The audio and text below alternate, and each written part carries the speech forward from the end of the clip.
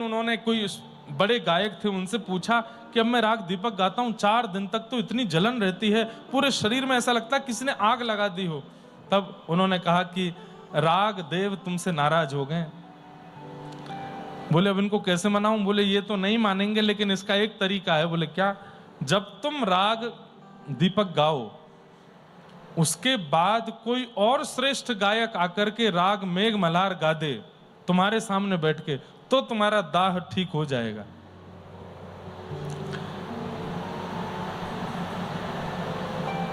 अब इनसे ऊंचा कोई गायक ही नहीं था।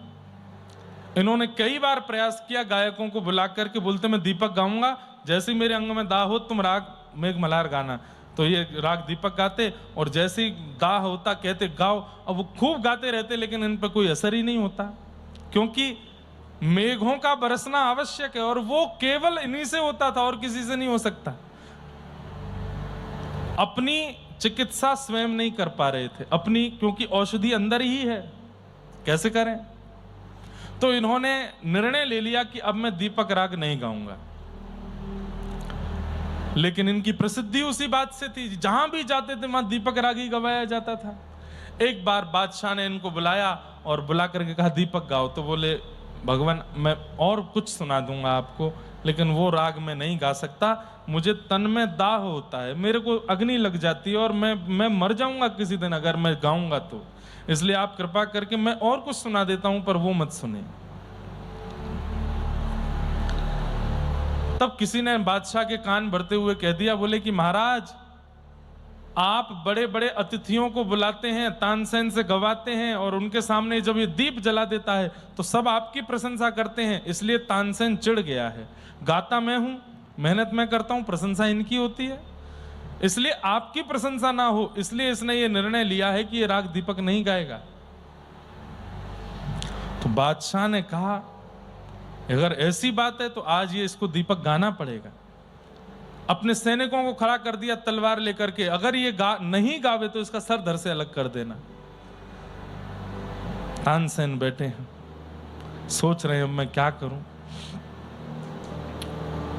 बोले कि इनके तलवारों से मरने से अच्छा है कि मैं दीपक गा करके अपने राग को गाते हुए स्वयं जल करके ही मर जाता हूं। जैसे ही गाना प्रारंभ किया दीपक तो जल गए, लोग बाग खड़े होकर के ताली बजाने लगे, लेकिन तानसेन वहां नहीं था। क्यों? दौड़ गए, बाहर भाग करके गए, सरोवर में कूदें, नदी में स्नान करें और रोवें, चीखें, चिल्लावें, पूरा शरीर कंपायमान होवे, सब जगह अग्नि लगी है, दौड़ते जा रहे हैं, दौड़ते जा रहे हैं, दौड़ते जा रहे हैं, सबसे कह रहे हैं कोई रक्षा करो, कोई बचाओ, मुझे कोई बचाओ।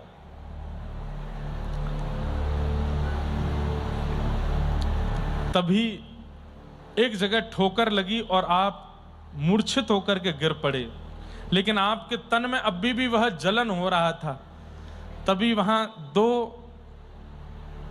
गोपियां व्रज की, अभी की बात है, तानसेन कितने 500 वर्ष पूर्व होंगे, व्रज की 2 ग्वालिन गोपियां वो गोबर थापने के लिए आई थीं और थापते थापते जब उन्होंने इनको देखा तो देखते ही समझ गई कि ये दीपक राग गा करके इनका शरीर अंदर से जल रहा है, इनको मेघ मल्हार सुनाना पड़ेगा।